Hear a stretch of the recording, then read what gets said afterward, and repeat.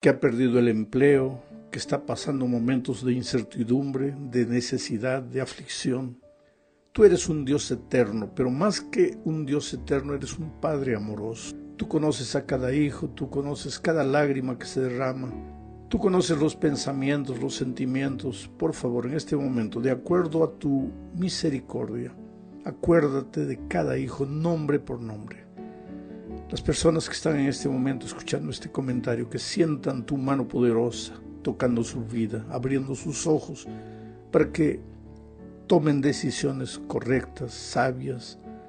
Y si necesitan un milagro en su vida, por favor, haz ese milagro. Tú eres Dios de milagros.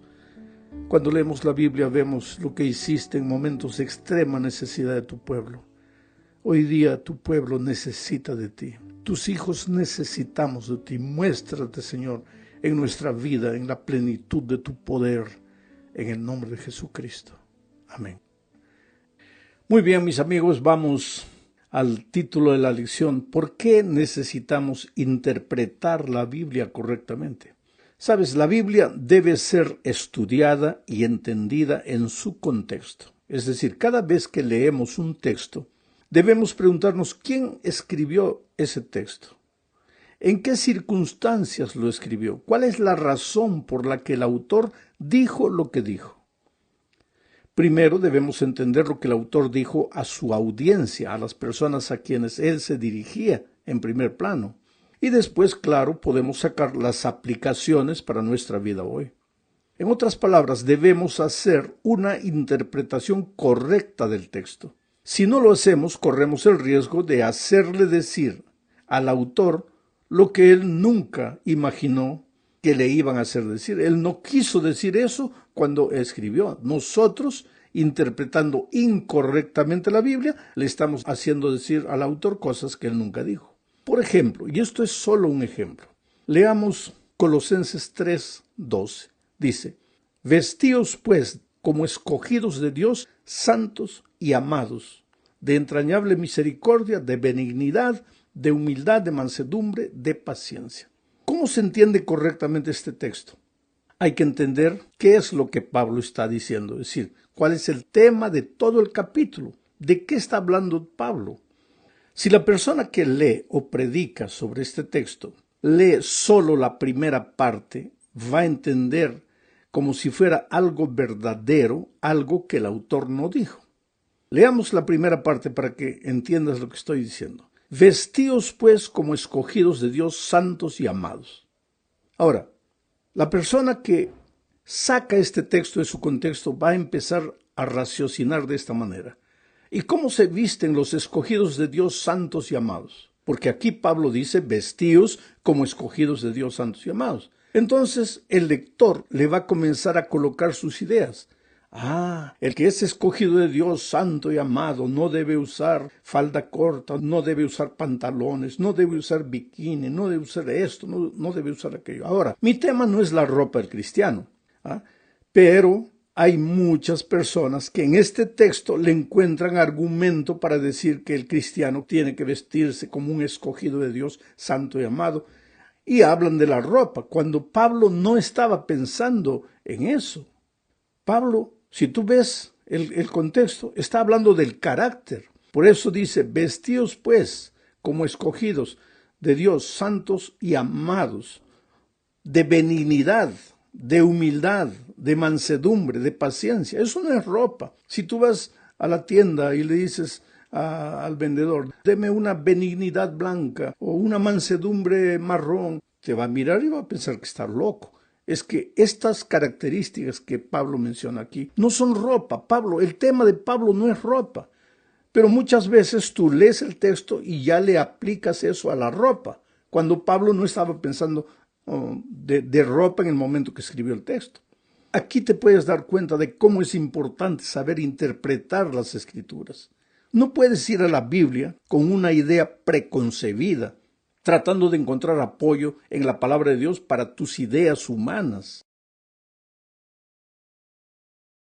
Bueno, esta semana veremos primero el asunto de las presuposiciones.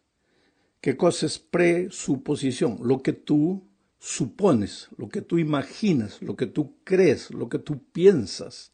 Tú no puedes ir a la Biblia, vuelvo a repetir, buscando argumentos que apoyen lo que tú piensas. En Lucas 24, 36 al 45 encontramos el relato de dos discípulos camino de Emaús. Cristo ya había muerto. Ellos sabían eso. Pero también ya había resucitado. Ahora, eso ellos no sabían. Y porque no sabían que Cristo había resucitado, se dirigían a Emaús tristes, apesadumbrados, frustrados. Creían que todo se había acabado. ¿Por qué? Porque basaban su esperanza en lo que ellos suponían y no en la palabra de Dios. ¿Qué suponían ellos? Que Cristo era el Mesías que había llegado para derrotar a los romanos y establecer su reino eterno aquí en la tierra. Pero ahora Cristo había muerto y ellos pensaban que su esperanza había sido vana. Entonces Jesús les apareció en el camino y les dijo lo que está registrado en Lucas 24, 25 al 27. Dice: «Oh insensatos y tardos de corazón para creer todo lo que los profetas han dicho. ¿No era necesario que el Cristo padeciera estas cosas y que entrara en su gloria?» Y comenzando desde Moisés y siguiendo por todos los profetas, les declaraba en todas las escrituras lo que de él decían. En otras palabras, los discípulos no habían entendido lo que la Biblia decía, porque fueron a ella con una idea preconcebida. Ellos buscaron en la Biblia que existía en esos días, que básicamente era el Antiguo Testamento. Ellos buscaron solo los versículos que hablaban de la gloria eterna de Dios al final de los tiempos, pero dejaron de lado el largo proceso que llevaba al establecimiento de ese reino y que incluía la muerte y la resurrección. Entonces, estaban tristes, frustrados, porque como Cristo había muerto, pensaron, se acabó todo, porque nunca entendieron el verdadero mensaje. Ellos fueron a las Escrituras con ideas preconcebidas. Vamos a la segunda parte. Hablaremos aquí de la traducción y su relación con la interpretación. La Biblia fue escrita en idiomas que hoy ya casi nadie habla. El Antiguo Testamento fue escrito básicamente en hebreo, algunos pasajes, algunos trechos en arameo. Mientras que el Nuevo Testamento se redactó en griego, pero no el griego que se habla hoy día en Grecia, sino el griego koiné, un griego antiguo, que ya casi nadie habla. Por lo tanto, la Biblia ha tenido que ser traducida a los idiomas modernos, si no, ¿cómo podríamos entender? Pero toda traducción implica algún tipo de interpretación. Algunas palabras en un idioma no tienen un equivalente exacto en otro idioma. Eso podemos ver hoy día también. Por ejemplo, si alguien me dio un regalo, yo digo, me dieron un regalo o recibí un regalo, pero en inglés habría que decir, yo fui dado un regalo o yo fui recibido un regalo. Entonces, tú te das cuenta que no se traduce palabras, se traduce ideas. Por eso el papel del traductor es un papel muy delicado. Si va traduciendo palabra por palabra, va a traducir incorrectamente. Entonces, no hay manera de que el traductor de alguna manera no interprete la palabra de Dios. Por eso es necesario conocer los idiomas antiguos, el hebreo, un poco de griego. Yo no digo hablar, pero conocer, poder leer algunas palabras. Y hoy día con la ayuda del Internet se puede fácilmente ver qué significa esta palabra española en hebreo o en griego, cuál es el sentido de esa palabra en hebreo o en griego. Es útil conocer esto. Bueno, el arte y la habilidad de traducir cuidadosamente y luego interpretar textos bíblicos se llama hermenéutica teológica o hermenéutica bíblica. Todos los seres humanos, ¿sabes? La interpretación es el quehacer de todos los días, porque todos los seres humanos nos estamos interpretando unos a los otros diariamente. Cada instante, al oír a las personas, nos preguntamos inconscientemente, ¿qué quiso decir? ¿O por qué lo dijo? A veces interpretamos mal y nos creamos problemas. Imaginamos que la persona dijo una cosa cuando quiso decir otra. En ocasiones, oímos solo parte de una conversación y hacemos interpretaciones incorrectas. Hay personas que permanecen heridas por mucho tiempo simplemente porque interpretaron mal lo que alguien les dijo. Por eso interpretar es hacer hermenéutica. Este es un término clásico para referirse a la interpretación bíblica. Dios habla a través de su palabra y nosotros tenemos la obligación de entender correctamente lo que Dios desea decirnos, de interpretarlo correctamente, de hacer hermenéutica correcta acerca del texto. Más todavía, si somos predicadores y no interpretamos el texto con sabiduría y con equilibrio, predicaremos lo que Dios nunca dijo, y eso está mal. Por más bonitas que nos parezcan las ideas que presentamos, ellas solo tendrán fuerza cuando sean el resultado de una interpretación correcta de las Escrituras. Pero para entender bien lo que alguien dice, es necesario escuchar bien. Y si no entendiste la primera vez, pues tienes que estar dispuesto a preguntar una y otra vez hasta entender. Ahora, ese escuchar bien, entre comillas, es llamado en el métier teológico de exégesis. Exégesis significa estudiar, analizar, pensar mucho en el texto, preguntarse cuándo se escribió, por qué se escribió, cómo se escribió, quién lo escribió, a quién lo escribió, en fin. Y antes de salir y decir algo con relación al texto, hay que estudiar bien ese texto. El que desea entender correctamente la Biblia necesita ser una persona consagrada y estudiosa al mismo tiempo. Consagrada como resultado de una vida devocional profunda, de oración, de estudio personal y de testificación, y estudiosa por pasar mucho tiempo en el estudio específico del texto. Vamos ahora a la tercera parte de nuestro estudio y hablemos de la Biblia y la cultura. Sabes, para interpretar de manera correcta las Sagradas Escrituras es necesario conocer la cultura de la gente, del pueblo, en los tiempos cuando el escritor bíblico vivió y escribió. De otro modo, podemos entender mal lo que el texto bíblico está diciendo. Por ejemplo, la cultura hebrea atribuía la responsabilidad a una persona por actos que él cometió o muchas veces por actos que él no cometió, pero que permitió que sucedieran. Por eso los escritores inspirados comúnmente le atribuyen a Dios el tener parte activa en lo que en nuestra forma de pensar occidental diríamos que Él permite o que Él no impide, porque finalmente Dios es Dios. Un ejemplo claro de eso es lo que pasó con Faraón. La Biblia dice que Dios endureció el corazón de Faraón.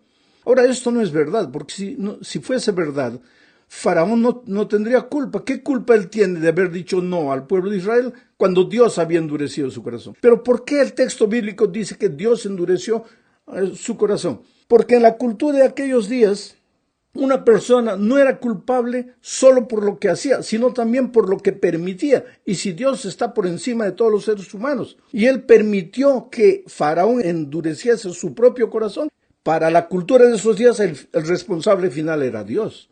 ¿Tú te das cuenta? Ahora, si tú no entiendes la cultura de aquellos días, vas a pensar que Dios endureció el corazón de Faraón y que se salva quien Dios quiere, y cuando Dios no quiere, el hombre se pierde, que el ser humano no tiene responsabilidad, Dios es el culpable de todo. Tú te das cuenta cómo es necesario conocer la cultura. Como ves, es importante conocer la cultura de los tiempos en que la Biblia fue escrita. Otro ejemplo. En la Biblia hay un texto que dice que la mujer en el templo debe estar callada, no debe hablar una palabra, debe mantenerse en silencio. ¿Pero por qué dice eso? Porque en la cultura de aquellos días, las únicas mujeres que hablaban en público eran las prostitutas, las rameras, las mujeres de la calle. No se veía bien en la cultura de esos días que una señora, una dama, una mujer honesta hablase en público. Entonces, como esa era la cultura dominante, Pablo dijo que las mujeres no hablen en público. Pero hoy día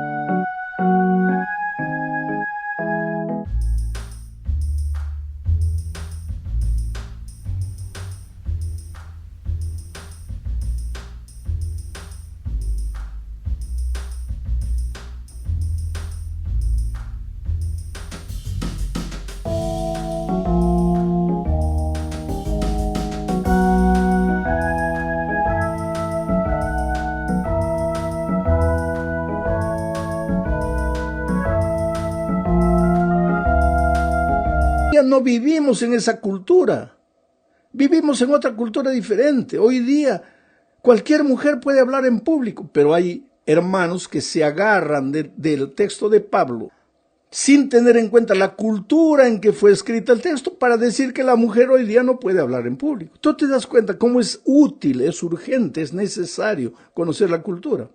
Otro ejemplo, que el cabello largo es la gloria de la mujer, es el velo de la mujer. Ahora, en esos tiempos, en la cultura en que fue escrito, la mujer no trabajaba fuera, solo el hombre trabajaba, la mujer quedaba en casa todo el día, cuidaba de la casa y, lógico, tenía el tiempo necesario para cuidar de sí mismo.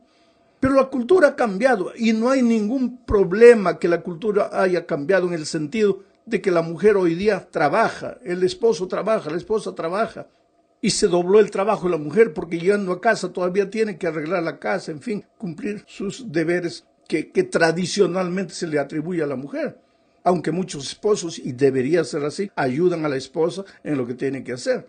Pero entonces, hoy día la pobre mujer no tiene tiempo para estar cuidando de un cabello largo y se corta el cabello. La cultura es diferente. Pero ¿qué pasa? Hay muchos que se agarran del texto de una cultura antigua para querer que la cultura se repita hoy. ¿Tú te das cuenta cómo es necesario conocer la cultura de las personas en los tiempos cuando la Biblia fue escrita? Vamos a la cuarta parte. Aquí veremos la razón por qué muchas personas no aceptan el mensaje bíblico. Leamos Juan 9, 39 al 41. Dice, Jesús dijo, para juicio he venido yo a este mundo, para que los que no vean, vean. Para los que no ven, vean, y los que ven sean cegados. Entonces algunos de los fariseos que estaban con él al oír esto le dijeron, ¿acaso nosotros somos también ciegos? Jesús les respondió, si fuerais ciegos, no tendríais pecado. Mas ahora, porque decís, vemos, vuestro pecado permanece. Ahora, después de leer este texto, querido, mucho cuidado con condenar a los fariseos, porque de repente los fariseos somos nosotros. Jesús les habló en este texto a ellos, se refirió a ellos, pero se refirió a todos aquellos que creen que saben todo y no tienen necesidad de aprender.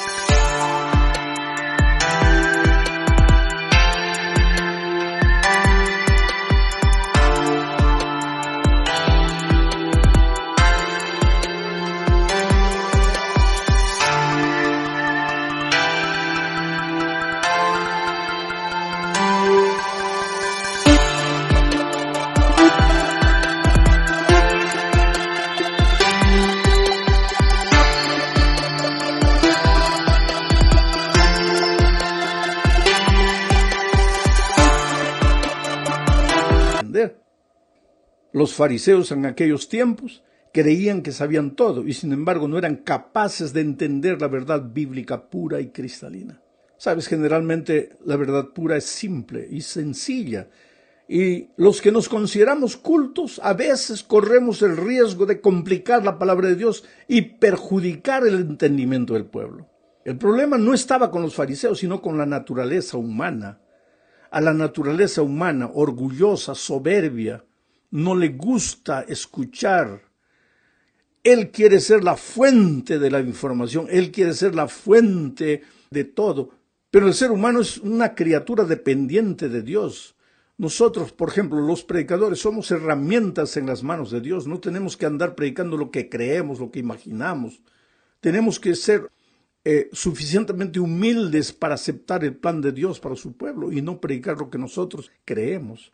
Llegamos al fin de este estudio hablando de la importancia de la interpretación. Leamos Nehemías 8, 1 al 3 y después el versículo 8. Este texto se escribió cuando Nehemías ya estaba en Jerusalén de retorno, necesitaba desafiar al pueblo porque el templo no estaba siendo construido La gente llegó a Jerusalén y se acomodó, cada uno veló por sus propios intereses y no estaban cumpliendo el plan divino. Entonces, dice el texto, y se juntó todo el pueblo como un solo hombre en la plaza que está delante de la puerta de las aguas, y dijeron a Esdras, el escriba, que trajese el libro de la ley de Moisés. Este libro de la ley de Moisés no se refería a los 10 mandamientos, sino a todo el Pentateuco, inclusive dentro de él los 10 mandamientos. O sea, era la Biblia para aquellos días. El pueblo pidió a Esdras que trajese la Biblia de aquellos días, el cual Jehová había dado a Israel. Acá hay pensamientos interesantes. Primero, cuando quieres unidad, quieres que todo el pueblo se junte en la plaza unida en un mismo espíritu, trae la palabra de Dios. Segundo, cuando leas la palabra de Dios, la gente, si quiere entender realmente el mensaje, tiene que entender que quien dio esa palabra es Dios y no es el hombre. Sigo leyendo. Y el sacerdote Esdras trajo la ley delante de la congregación, así de hombres como de mujeres y de todos los que podían entender, el primer día del 7º mes, y leyó en el libro delante de la plaza que está delante de la puerta de las aguas desde el alba hasta el mediodía, en presencia de hombres y mujeres y de todos los que podían entender. Y los oídos de todo el pueblo estaban atentos. Esta es la actitud correcta para entender la palabra de Dios, estar atentos. Atentos al libro de la ley. Sigo leyendo. Y leían en el libro de la ley de Dios claramente y ponían el sentido de modo que entendiesen la lectura. Mis hermanos queridos, el tema más importante de la Biblia es la salvación. ¿Cómo ser salvo? Después de todo, esto es lo que realmente importa. ¿De qué sirve, como nos dijo el Señor Jesucristo, ganar todo el mundo y perder el alma? ¿De qué sirve? Pero saber lo que la Biblia enseña acerca de la salvación depende mucho de la interpretación que hagamos.